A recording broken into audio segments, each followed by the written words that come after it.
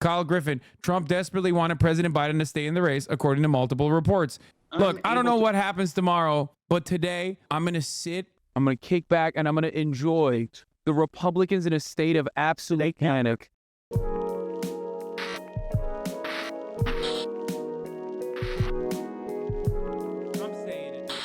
No Trump-Harris debate. Republican source tells Politico Trump is unlikely to debate Kamala, saying he'll likely call her an illegitimate candidate. Oh, that's fear, dude. That's fear.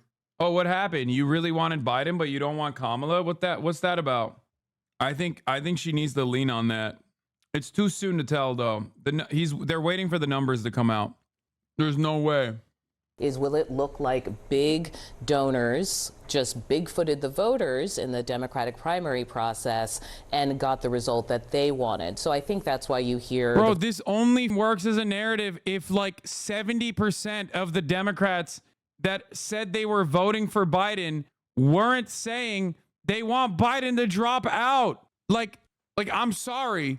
If this was like a Hillary Clinton style situation and the donors were actually at odds with the rest of the voters, with the rest of the party, then yeah, that makes sense. Right now, on the other hand, the donors were completely in line with what the broad majority wanted. Oh, dude, by the way, this is awesome. If Kamala Harris does this, she actually wins, okay? So I don't buy that argument that impeachment does not make sense, Senate will acquit. I don't buy that argument. There needs to be accountability. I mean, what are you going to do in the next 1 year to diminish the mentally retarded action of this guy? He called him mentally R-worded Trump, and Kamala Harris's response was... Well said. Well said. Well, I plan to win this election, I'll tell you. Bro, that's so funny that this is the attack ad from the RNC research lab. This is what you cooked up. If she keeps that momentum, is the RNC research trying... If she keeps that momentum, that's free promo, okay? Because, like, obviously, those who would care about ableism are not going to care about ableism enough to be like, I'm not voting for whoever the Democrat is over Donald Trump. And all you're doing is, like, showing at least, like, people who are on the RNC research side, maybe in the margins, that, like, you know, she's a little bit more lighthearted than the annoying woke scoldy ass Democrats. As well as different groups. You're going to continue to see throughout the afternoon different progressive groups and members of Congress come out and acknowledge their support for her. Yeah.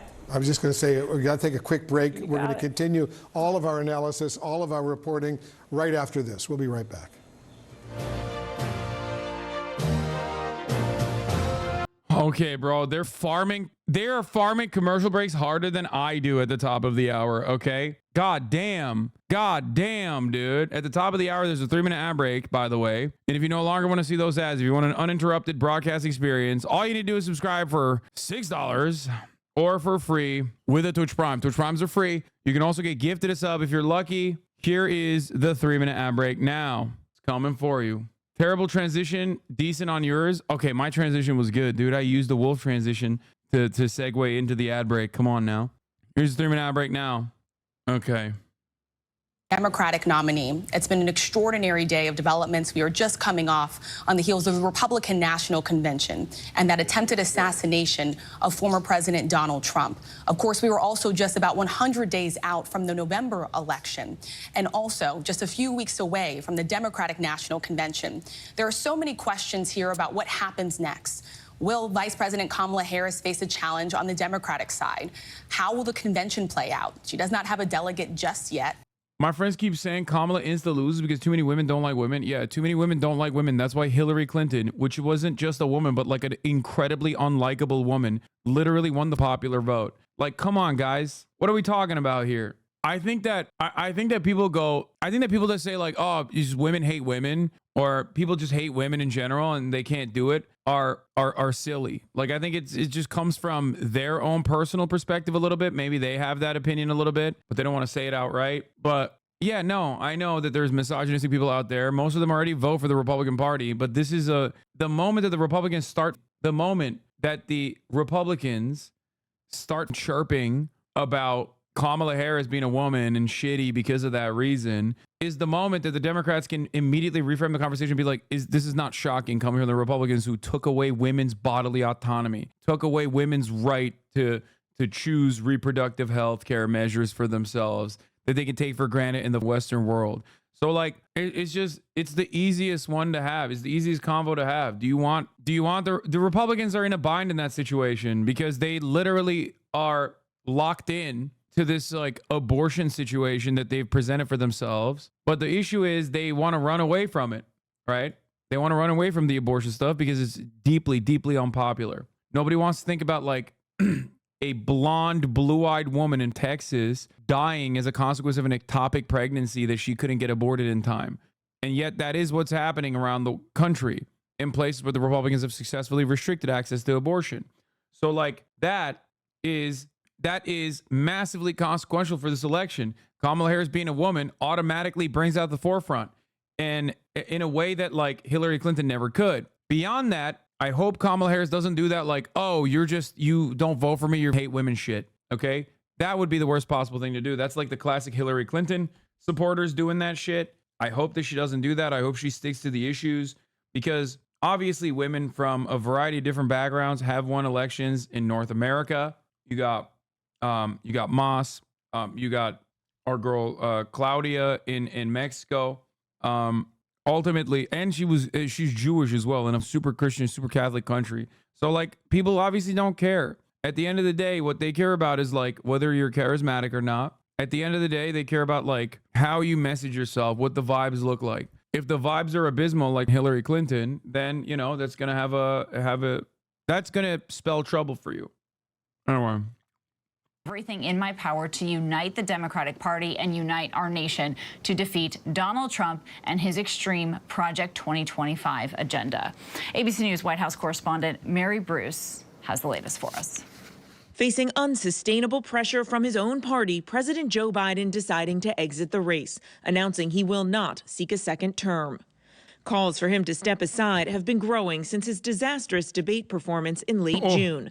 From the start, the president speaking with a raspy voice, at times stumbling and trailing off, unable to finish his thought. Making sure that we're able to make every single solitary person eligible for what I've been able to do with the with dealing with everything we have to do with. Look, if we finally beat Medicare. Even on the issues. That's disrespect. Come on, he's dead. He's dead already. That's disrespect. I'm just kidding. He deserves it. He deserves it all. This man. God, I hate him.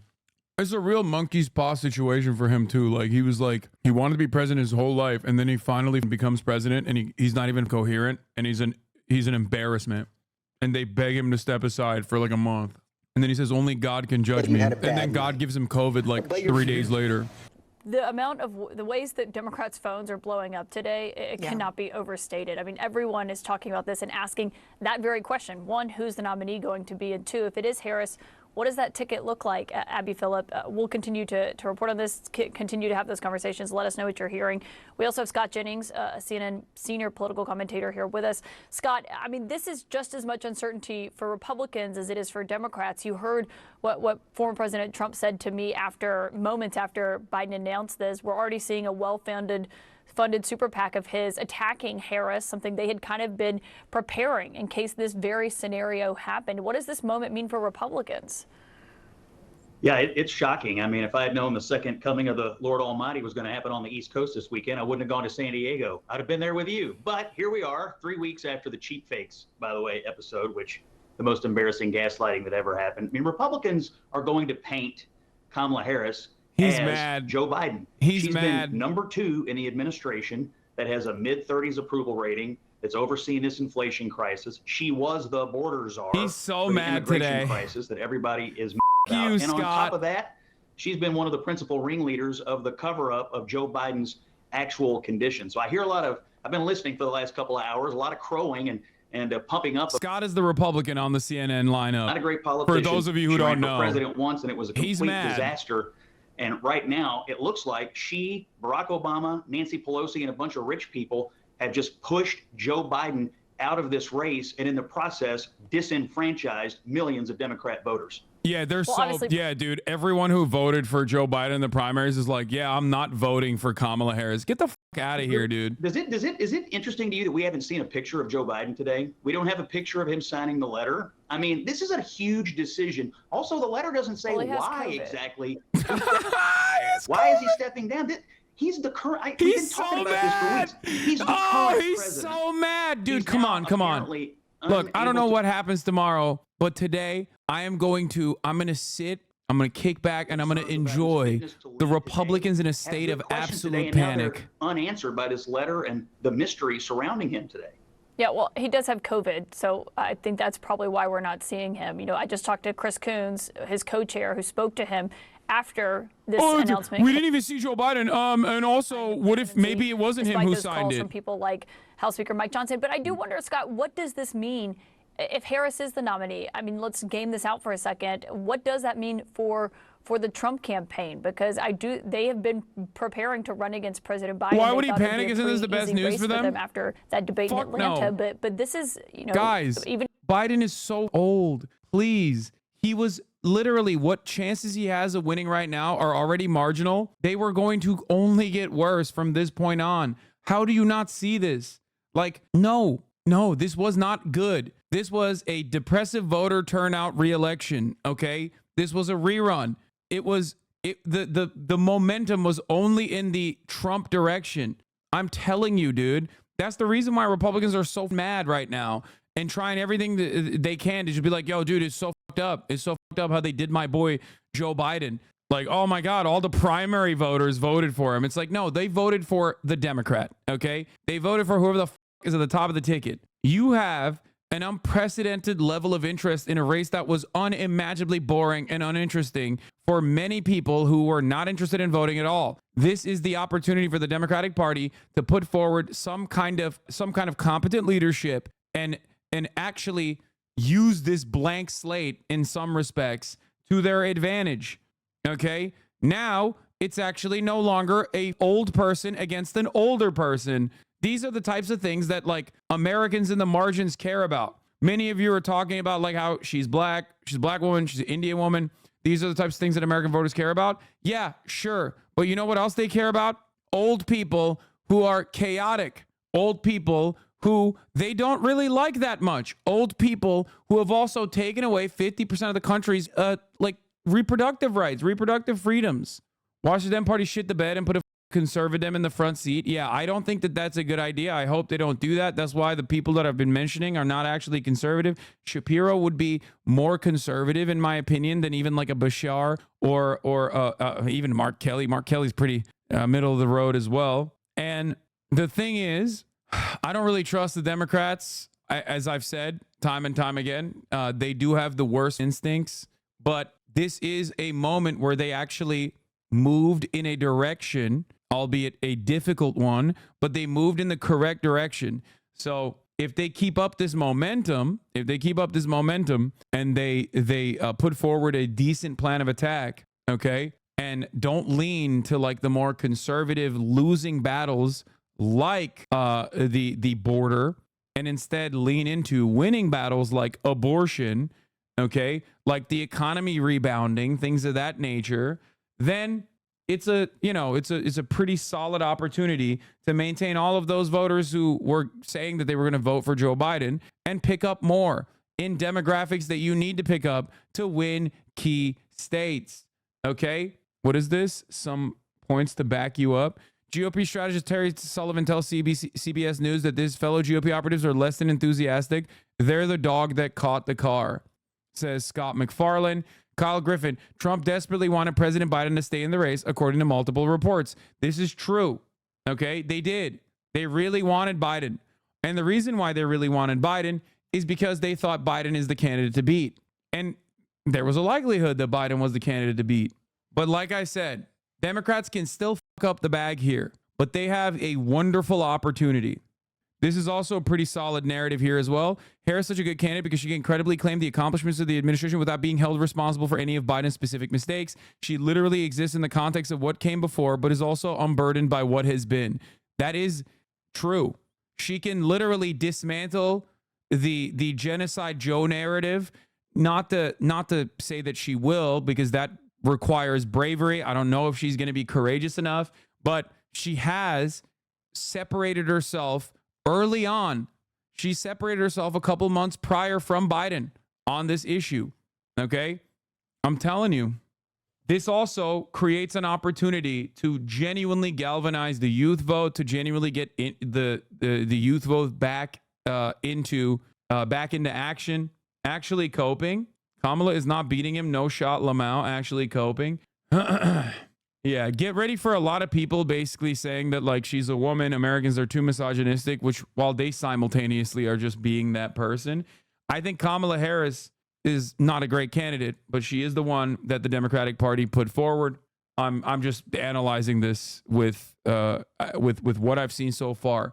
In a world where Joe Biden is trailing behind Donald Trump closely, despite the fact that he's a cadaver, I see a world where there's only more votes to gain in this process. The donations pouring in are coming from big ticket donors, by the way, but that is only good because it's going to lead to a lot of money being dumped in to reframing the narrative and getting people to pay attention and getting people interested in the form of ad spends. Obviously, hundreds of millions of dollars thus far was not getting that done for Joe. Okay? So there is a little bit of uncertainty there. We don't know if the hundreds of millions of dollars behind Kamala Harris is actually going to get people to be interested in Kamala Harris, is going to get people to want to vote for Kamala Harris. I suspect that it will do far better for Kamala Harris than Joe Biden. Okay? I think regular voters will get excited too. Biden just inspired no enthusiasm. Yes. How charismatic is she? Not great. She is not great, I will say. But while she's not great, this man was a cadaver, and the voters were still like, yeah, I think whoever is on the top of that ticket, I'm voting for. 67% of Democratic Party voters that said that they were voting for Biden were voting against Trump. Their main motivation was voting against Trump. You need to understand that. That is important. This is still a Trump race, okay? That's not a good race that the Republicans want to have. Okay, Trump is a very unpopular person. You need to understand, this motherfucker almost got killed, and people were like celebrating. And by people, I mean not myself. I would never do such a thing. Okay, but others were. I was celebrating for other reasons. You know, maybe I was celebrating because he survived. I was excited, but like everyone was celebrating.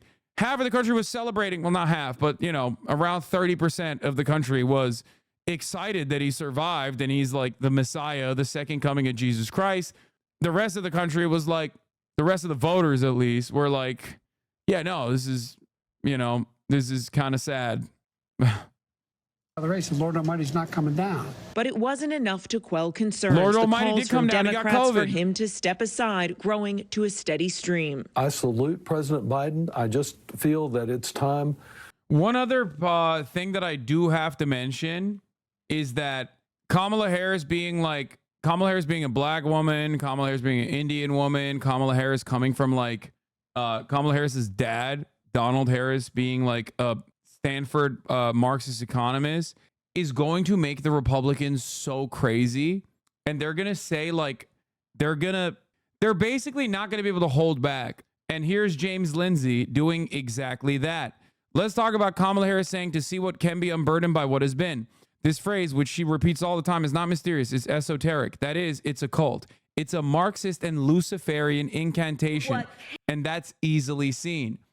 If you think that your dad and your mom that are like, moderates, independents, who have voted for either party throughout their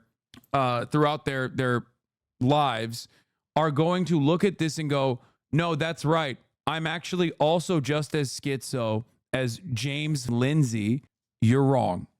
I said this exact same thing about the trans panic, right? trans panic and like right-wing populism that hyper-focused on like children's genitalia was objectively gross for the normal Republicans, for the normal voters.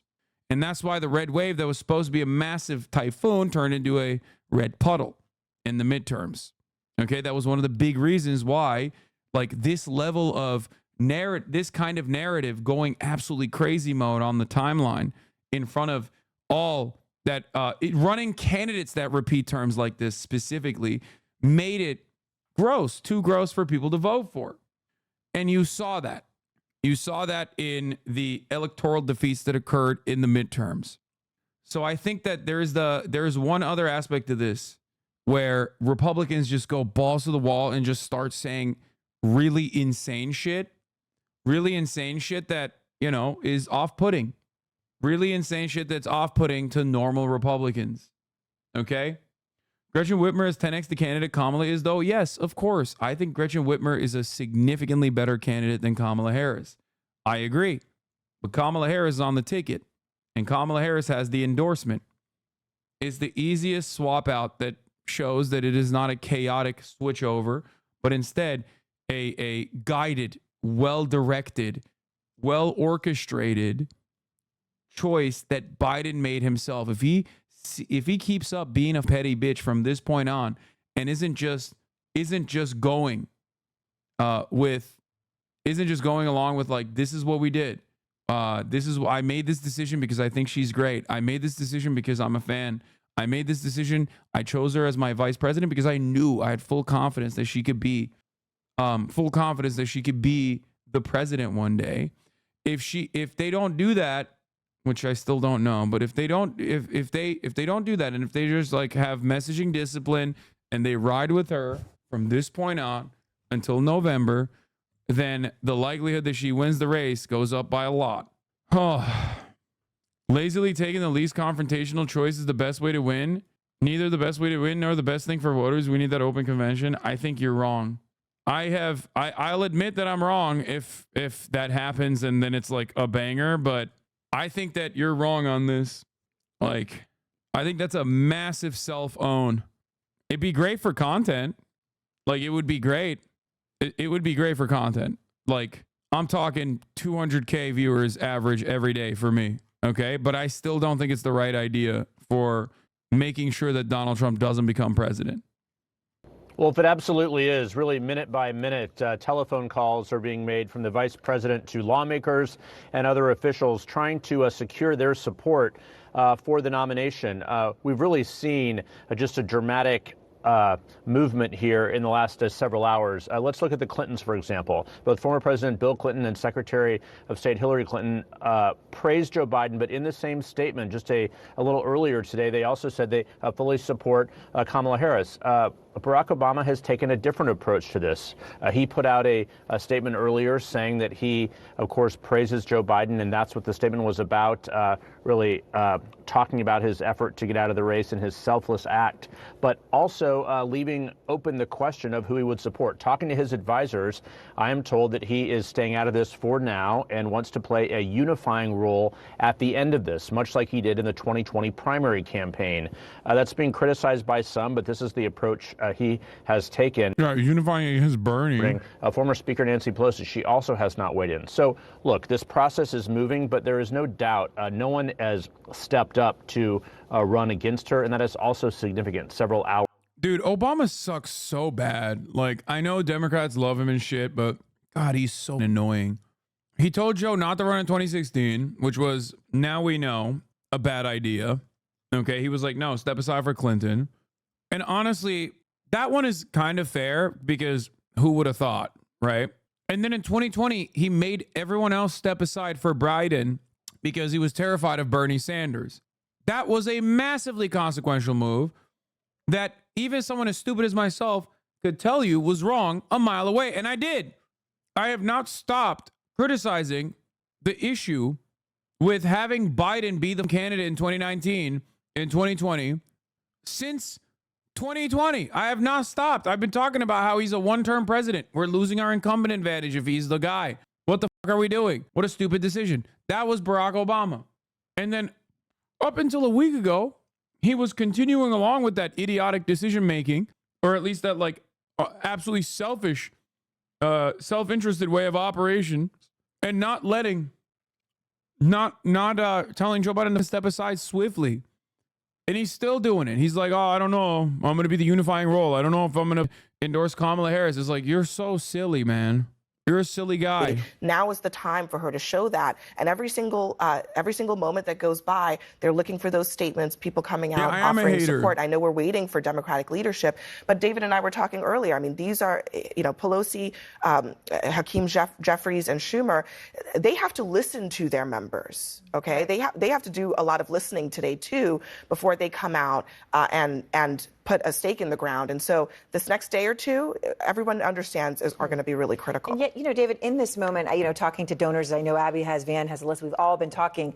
They got what they wanted today. I was talking to one big donor. He said, you would think there would be a sense of celebration. Sharon Passan, thank you for the 25. Yet, one of them said to me, I'm sick to my stomach. Gifted subs. Because I have sadness for a guy who can't fulfill what he wanted. There is this deep sense of sadness. Aaron, there is a lot of affection and respect for Joe Biden among Democrats.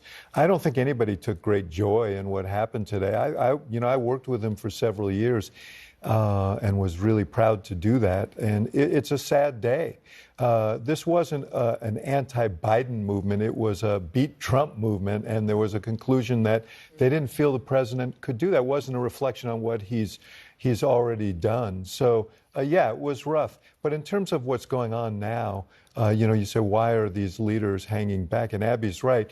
The leaders have to listen to their members. The members they're most interested in listening to are the members who are in these competitive districts, competitive states, and they want to hear from them, and they want to examine how are you going to be affected by that. And for Pelosi, that is obviously a concern, but she's very much focused on what gives us the best chance to beat Donald Trump. That was the thing, talking to donors today, and I talked to a few of them.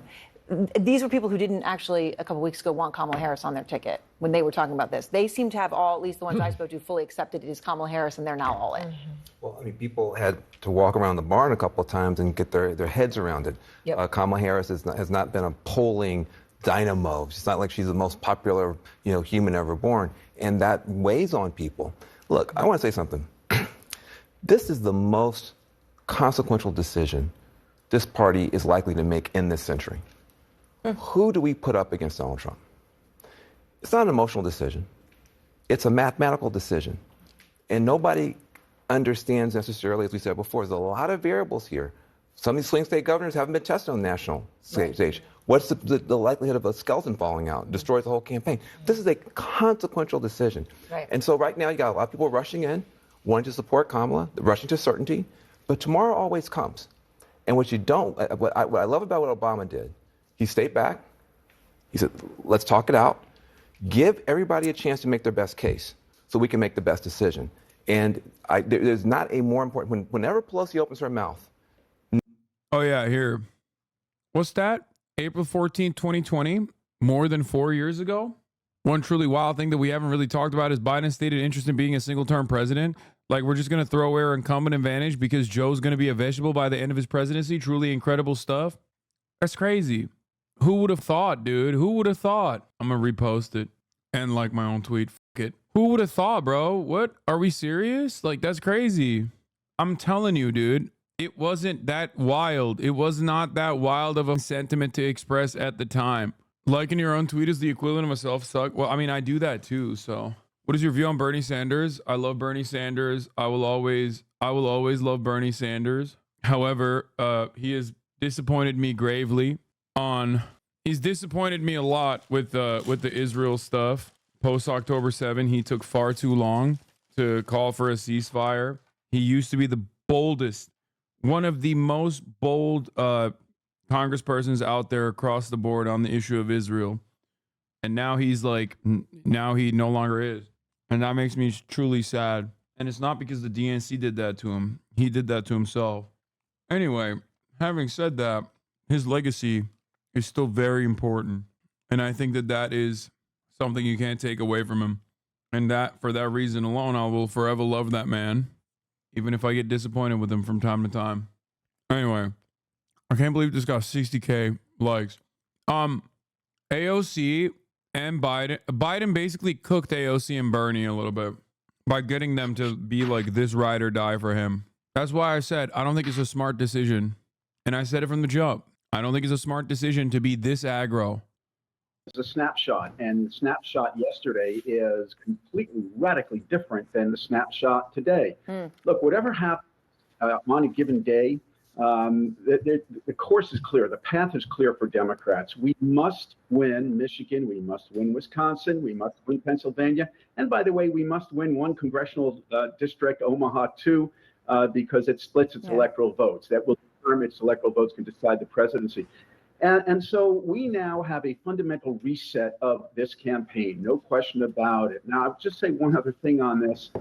The reason that we are losing today is because Donald Trump has consolidated his vote. His base is maxed out, and we Democrats have not consolidated. Why? Yes. Because up until several hours ago, we weren't sure. This isn't copium. He's right. Of the ticket.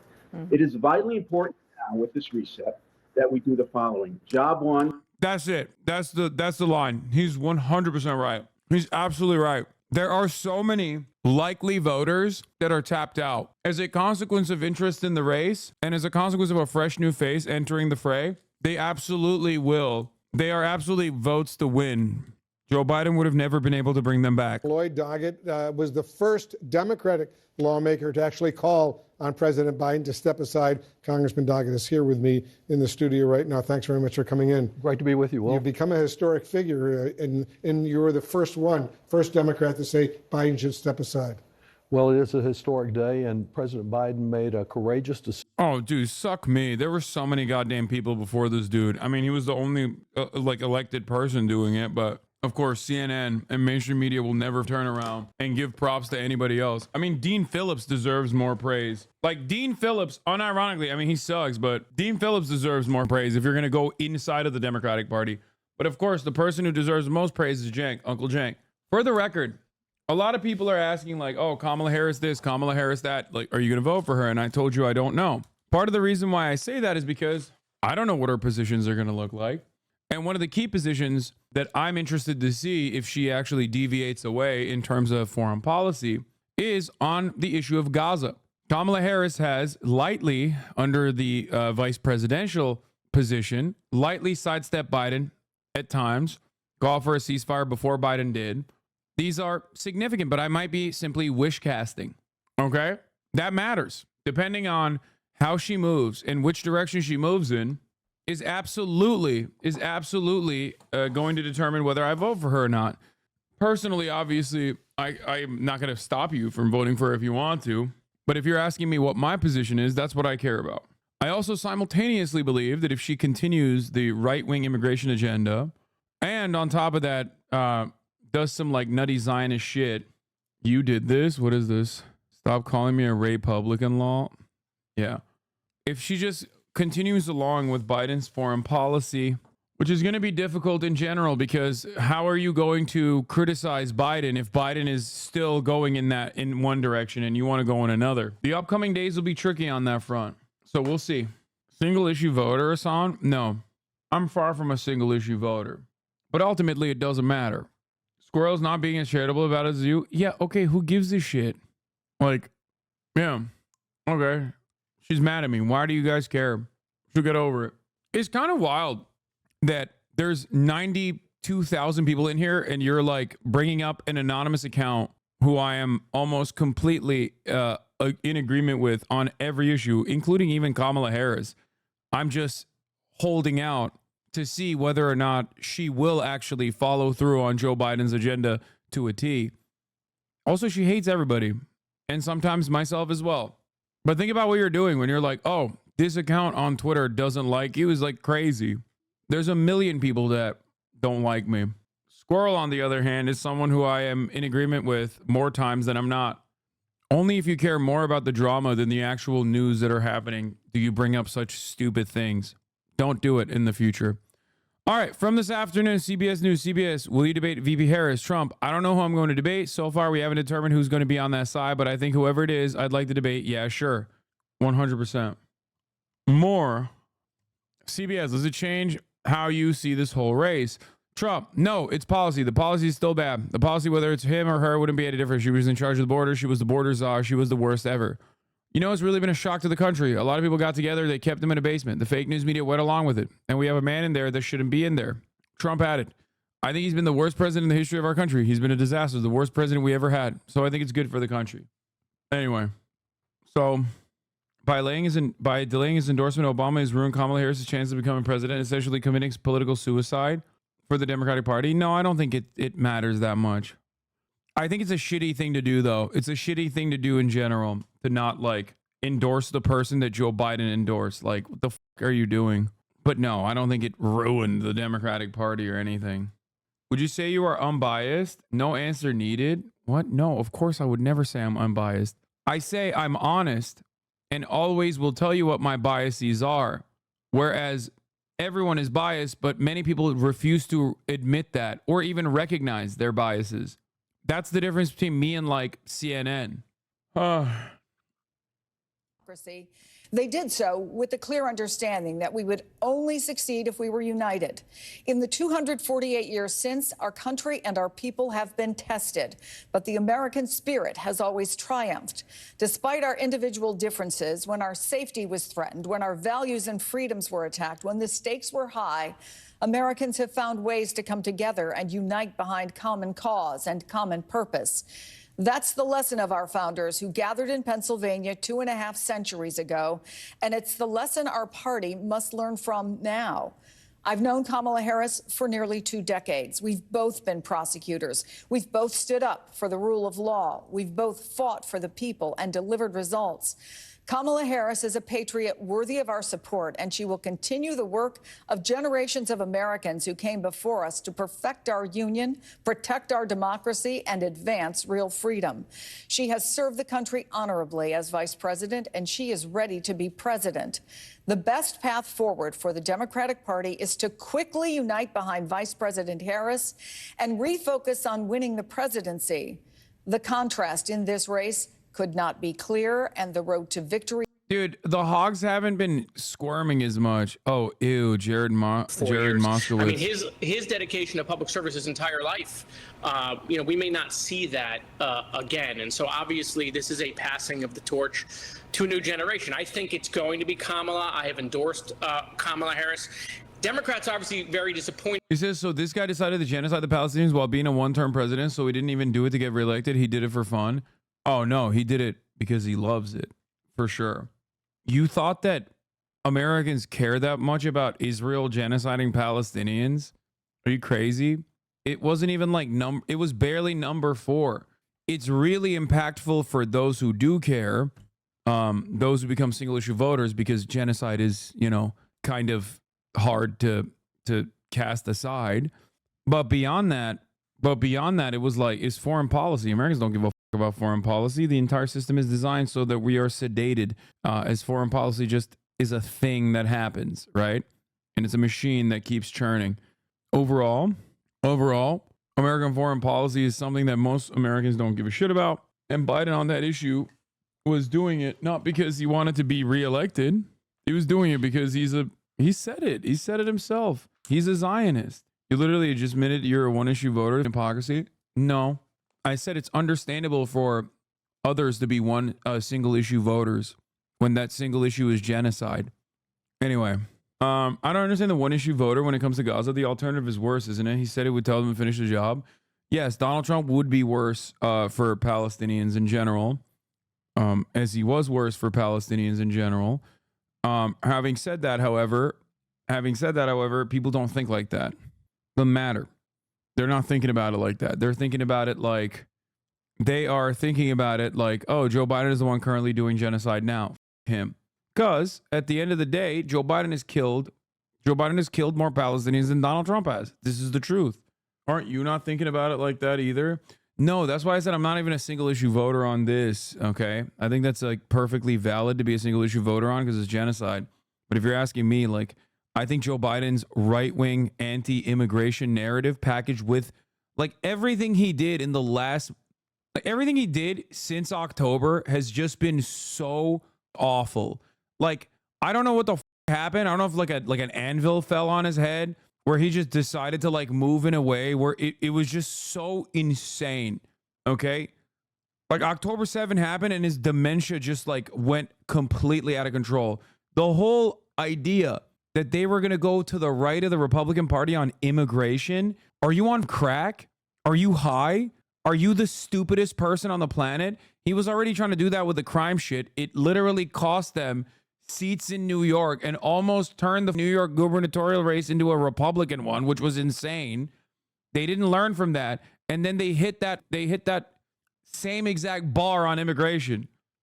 Like, what are you doing? What the fuck do you want? You want to be you want to put a rainbow sticker on a concentration camps? Is that what it is? And then all of a sudden it's woke? What are we talking about here? Dude, my computer is dying right now. What is happening? Okay. Please stop sending me the Joe Manchin tweet. Okay. Nobody cares. All right. Real Donald Trump, 5:52 p.m. Eastern. Okay. So we are forced to spend time and money on fighting crooked Joe Biden. He polls badly after having a terrible debate and quits the race. Now we have to start all over again. Shouldn't the Republican Party be reimbursed for fraud? And yo, he's so mad. Come on, man. Don't give the game away. You're basically all but confirming that this is a good move. That's wild. He's like, come on, dude. We want it. We want the money. We want our money back. Shouldn't the Republican Party be reimbursed for fraud in that everybody around Joe, including his doctors and fake news media, just knew he wasn't capable of running for or being president? Just asking. That's wild. He's tweeting in a way where he's never tweeted before. He doesn't tweet like this normally. Okay. He is sad. Bro is panicking. Bro knows it's at the top of the hour and there's a 3-minute ad break coming for him. He knows that he doesn't have money because he dumped all of his funds into the Joe Biden ads. And now he's left with no $6 to avoid the ad break at the top of the hour. He don't even have a Twitch Prime. He used it on himself. Okay. He used it on himself. But you, unlike Donald Trump, could use your Twitch Prime here. It's free if you no longer want to see those ads. Or you can get gifted a sub if you're lucky. Here's a 3-minute ad break now. Biden's campaign co-chair, Cedric Richmond, was saying this. I want to be crystal clear. He's made a decision, and that decision is to accept the nomination and run for re-election, win re-election. Ah, okay. Just a few hours later, a letter was released bearing Biden's signature announcing he's going to step aside from the race. So what happened? That's so funny. They're crying foul. They're playing to the referee. They're like, I don't like it. They're not playing fair. Like, get the out of here, dude. See you on a Sunday night. Good to see you, Laura. And we understand that 4 of the president's top advisors made a pilgrimage to the beach house. It was Ron Klain, Anita Dunn, Steve Ricchetti, and Mike Donnellan. They were all there last night. Yeah, her name ain't Anita Wynn, if you know what I mean. Let her know what exactly was going to happen. She is talking about this and saying, with this selfless and patriotic act, President Biden is doing what he has done throughout his life of public service, putting the American people and our country above everything else. As recently as last night, the president was digging in, according to a report in the New York Times that outlined his frustration with Speaker Pelosi and Barack Obama for not doing more to stop the Democratic Party mutiny against him. And President Biden justified staying in the race just last week, saying he initially wanted to be a bridge to another generation of Democrats, but he doesn't want to hand things off to them while the country is so polarized. The pressure on the president built and built and built after that really shaky debate, which happened way earlier than normal because his campaign thought that was going to help them. It didn't. The president now says, "It has been the greatest honor of my life to serve as your president. And while it has been my intention to seek re-election, I believe it is in the best interest of my party and the country for me to stand down and focus solely on fulfilling my duties as president for the remainder of my term." And there have been a lot of questions about what exactly the family's impact was on President Biden as he weighed what to do. And we just got a statement from the First Lady's office that says, down to the last hours of the decision only he could make, she was supportive of whatever road he chose. She's his biggest believer, champion, and always on his side in that trusted way only a spouse of almost 50 years can be. That is the latest from a very, very busy day here at the White House. Laura. Wow, Peter, thank you so much. I want everyone to understand there are a few points we have to be very clear about tonight. Biden tonight is just as overall healthy and just as capable of doing the job as he was before the debate with President Trump. Obama, Schumer, Pelosi, they all knew that he was, basically not completely together. That weeks and weeks and weeks ago. In fact, they've known it for years, but they didn't care. They didn't care so long as it didn't threaten their hold on power. So what changed for Biden wasn't his overall competence. They're so good. They immediately moved on. They're like, all right, time to bust out the new moves, okay? To solve this threat, the power brokers in the party apparently intended to give the nomination to Kamala Harris. Well, that is ludicrous. You think you just fell out of a coconut tree? You exist in the context of all in which you live and what came before you. The significance of the passage of time. So when you think about it, there is great significance to the passage of time. Who doesn't love a yellow school bus, right? Can you raise your hand if you love a yellow school bus, right? Like, this doesn't work. Always ask, is there a Venn diagram for this? I'm telling you, it's fascinating when you do. This is not good. This is not good strategy. Happened last night and this morning. Kamala Harris has not won a single primary. She hasn't persuaded a single delegate. She tried to run in the 2020 cycle, and we all remember she was utterly humiliated, dropping out even before the Iowa caucuses. And this part is actually fair and solid. Performance as VP has been pretty abysmal. Vice President Kamala Harris and her office are on damage control tonight after the latest in a series of missteps. Growing tension between Vice President Kamala Harris and the White House. As the 2024 race heats up, can she make a good second impression on voters? Or could she drag down the Democratic ticket? And remember what Politico told us about Harris's VP office? That it was totally dysfunctional. And I remember when the Washington Post told us that Harris's... Thank you. Please, this is sanity, okay? The last insane, chaotic, stupid month in American politics has obscured a simple, basic truth. Trump is deeply unpopular and an eminently beatable politician. It is so real. And this is the reason why I was saying that even Joe Biden, despite being a carcass that people now recognize is a carcass, still had a shot at defeating Donald Trump, albeit a shot that was increasingly getting worse and worse, okay? As days went on, Joe Biden's chances of winning this re-election was getting harder and harder. Having said that, however, I think people forget how unimaginably unpopular Donald Trump is. I don't think he's unpopular. Brother, you are wrong. Okay? You are wrong. I'll say it like this. Okay? 2016 Donald Trump was new. He was fresh. People were like, ooh, this is a guy. I really hate the system. I'll blow up this goddamn system. 2020 Donald Trump lost after 4 years of being president. Okay? At that point, he was no longer an unknown entity. Everybody knew him. His popularity stayed solidly at that 30% base of support. That support is an absolute must if you want to win the Republican Party's primaries. But the Republican Party itself recognized how polarizing and unpopular Donald Trump was. Okay? I live in Butler. Yeah. He might be popular in Butler, but guess what? Butler County, Pennsylvania is 14,000 people. Okay? He is not popular in populated areas. Like, that's a predicament. You know what I mean? When we're talking about Pennsylvania, like, yeah, sure, the countryside surrounds the cities, but, you know, we're not doing a Maoist peasant revolution or some shit, okay? We're doing an election. And in a Democratic election, you got to be popular in the cities, too, if you want to win the state. You feel me? 200K people, actually. I thought Butler was tiny. Turns out he wasn't popular enough in Butler. There was at least one guy. He won in 2016, which disproves that. Brother, Donald Trump in 2016, like I said, was an anti-establishment candidate. He had not actually shown what he would be like if he was the president. Okay? Now, as far as the anti-immigrant sentiment goes, I was right, and that chatter who randomly said there's 200,000 people in Butler was wrong. City of Butler is around 13K. Also, Donald Trump still lost the popular vote. So there is that reality as well. Okay. I had lunch with some coworkers, blue collar jobs, Southwest Ohio. Most of them laughed when another made a joke about Trump getting shot. Yeah, there was one guy who didn't like Donald Trump and Butler. Okay. On that day, there was one dude who was really not on board with Donald Trump. Okay. His name, Thomas Matthew Crooks. Turns out he wasn't really on board with Joe Biden either.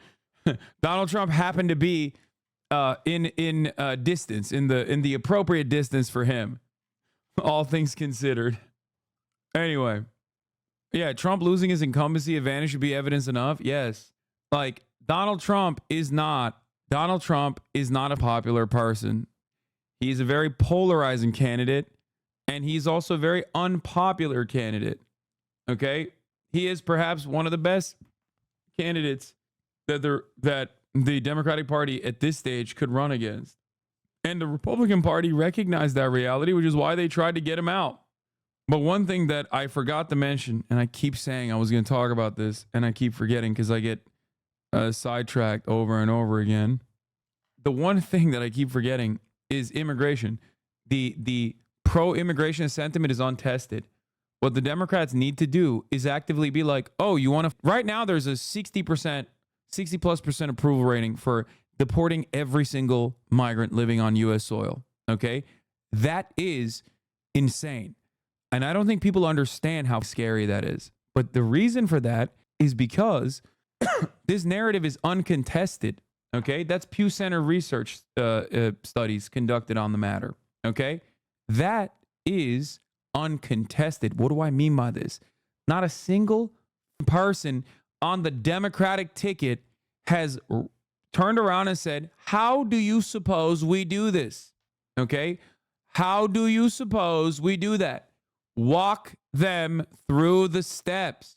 The American population objectively hated when Donald Trump used family separation as a deterrence policy. Because at the end of the day, even if a Nazi doesn't want to be called a Nazi, even a Klan's member does not want to be called a racist. Okay? When push comes to shove and you start imagining what that policy would look like in real life, you will cause genuine distaste in the broader population for mass deportation. These freaks had mass deportation signs at the RNC, and that is on the Democrats. Make no mistake, that is entirely on the Democratic Party, because these cowards have not, for even one moment, turned around and went, mass deportation? Excuse me, how will we do that? Do you want to build camps? Do you want to start door knocking? Do you want to send in BORTAC units to every Hispanic community and do dragnets and then process them through the criminal justice system and put them inside of camps where you concentrate certain subsects of the population? Because that sounds a lot like Nazi Germany to me, because it is. Because that is exactly what it is. And the problem is the Democrats did not do that. Instead, they literally rolled around and showed their belly like the cowards that they are.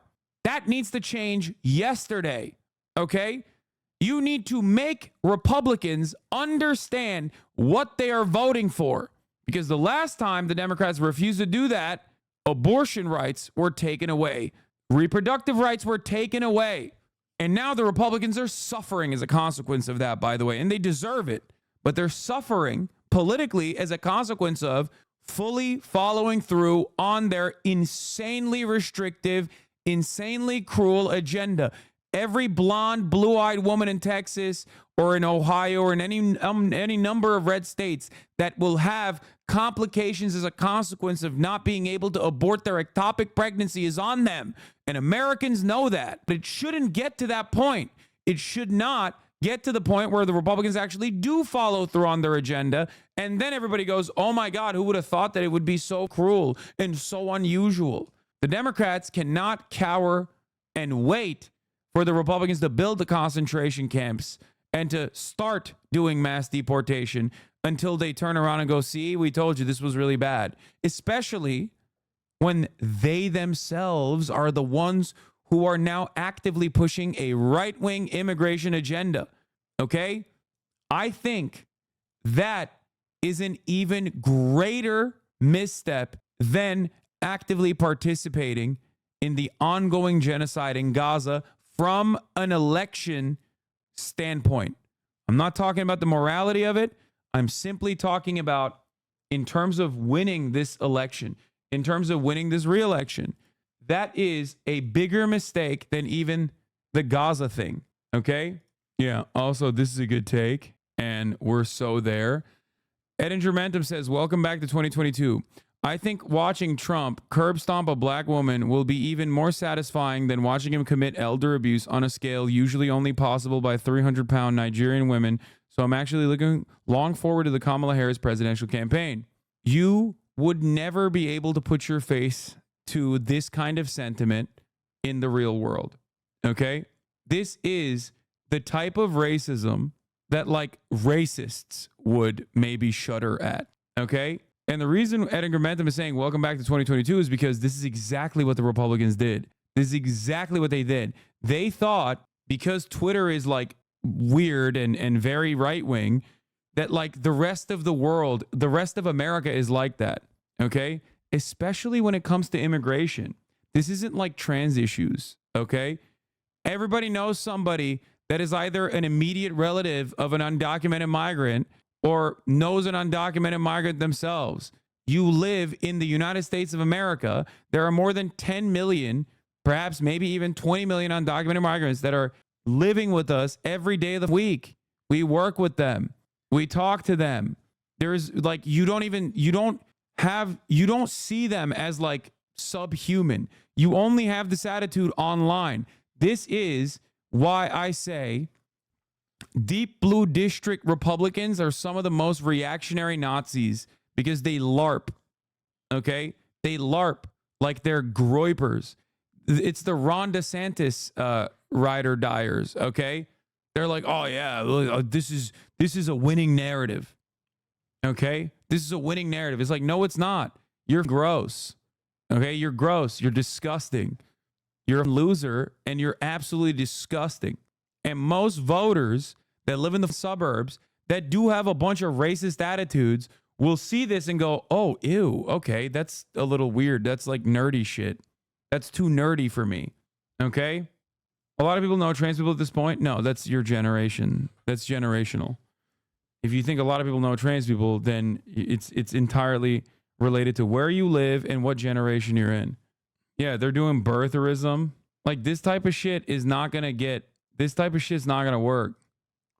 In the time that we started talking about, immigration and whatnot. Yeah, Trump says he'll round up millions of Latinos in mass detention camps as a part of Project 2025. Then it says it'll be larger than the 1950s military-style operation called Operation Wetback. I take the oath. That is why, as soon as I take the oath of office, we will begin the largest deportation operation in the history of our country, even larger than that of President Dwight D. Eisenhower many years ago. He was a big deportation person.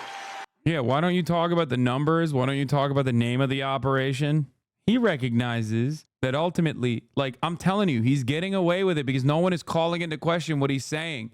Liberals are asleep at the wheel. Well, maybe they're a little too chaotic right now because of up until this moment, they were too chaotic on the Biden front. They were like, is Biden going to drop out? Is Biden not going to drop out? That was like the major narrative, both in the media and also inside of the Democratic ranks. This has to be addressed immediately. It needs to be called into question. What the are you saying? Liberals need to start campaigning yesterday. Okay? Then watch what the polling looks like. No, I do not believe that 60% of Americans are on board. Despite what the polling shows right now, I do not believe that 60% of Americans will be on board with mass deportation once they come to terms with what that looks like. Because when you describe to them what that looks like, okay, when you describe to them what that looks like, they're going to go, oh, that's not what he's advocating for. Yes, he is. Yes, he is. He's saying it. At a session around Harris's dining table last Saturday with 6 Democratic governors and their chiefs of staff, according to multiple people who were told, Michigan Governor Gretchen Whitmer slammed the way the president and the campaign had been talking about abortion rights. Illinois Governor J.B. Pritzker hammered Biden's response to the migrant crisis and insisted they need to quickly get much more aggressive about attacking Republicans of Trump for tanking the bipartisan immigration bill. I don't agree with this. That's bad instincts. Maryland Governor Wes Moore complained that the campaign has been failing to get through the voters under 35 years old. Most in the room had dealt with Trump during their own first terms. Most had beaten Trump-inspired Republicans in their 2022 races. What they're seeing in the Biden campaign, they told Harris, does not look like a path to victory, and they were eager to see changes. Okay, said Harris after listening to an hour of deconstruction. What do you think should be done? I do fear that they're going to still stay on the right-wing immigration slant, and that's not good. The solution to Donald Trump saying he's going to do mass deportations is not to say, oh, we just want to like do some apprehensions. Okay. The solution is to bring the American public back to reality on immigration. Okay.